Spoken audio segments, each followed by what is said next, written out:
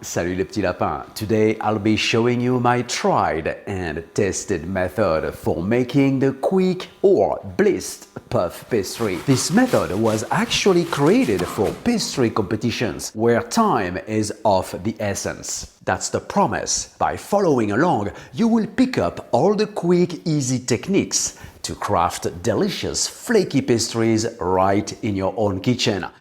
Alright, let's get started. First in the agenda, we are going to cut the butter into 1-inch cubes and keep them cold. Now, you may be familiar with a classic or inverted puff pastry. In the classic, the dough is wrapped around a block of butter. In the inverted puff pastry, it's the opposite. A butter-flour mixture called beurre manier is wrapped around the dough. On the other hand, with the quick puff pastry, you incorporate the butter right into the flour, just like you make a pie dough. C'est parti mon kiki! So I am going to gather in a mixing bowl all the dry ingredients. Flour, a little bit of powdered sugar, that is the secret ingredient by the way, and salt.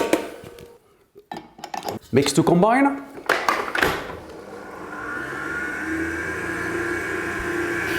That's it. Now I am going to add the butter. Super cold. It's very important that the butter must be chilled. Mix for 30 seconds, not 31, and add the ice water. Ice, ice, baby. Same thing. 30 seconds, done. And if you notice that chunks of butter are still visible, it's a good sign. Transfer the barely mixed dough onto your countertop and form a block. Wrap it up and flatten it into an evenly distributed slab and refrigerate for an hour. Well, even though it's labeled as quick puff pastry, does not mean that the relaxing time is skipped. I see some guys rolling out the dough, giving folds right away. Definitely not the smartest idea.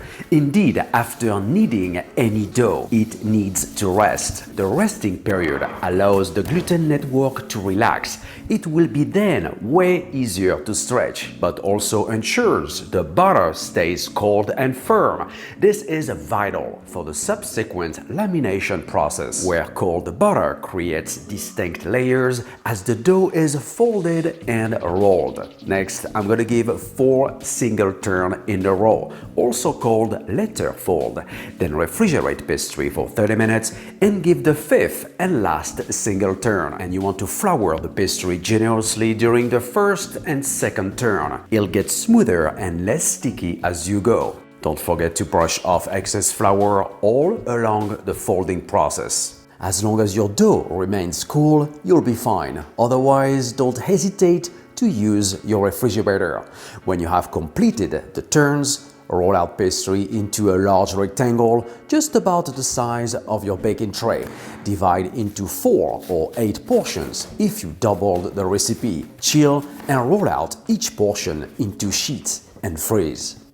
So stop beating yourself. Homemade puff pastry, even made with a few errors, is almost always going to taste better than anything shop bought. To get this fantastic recipe and hundreds more, visit my blog brunoalbouze.com. If you liked this video, please give me a thumbs up and click down below to the subscribe button. Have a gorgeous day. See you soon.